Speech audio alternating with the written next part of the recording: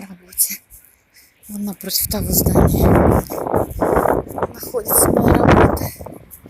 Вот, ничего, так бодренько дошла и практически не замерзла.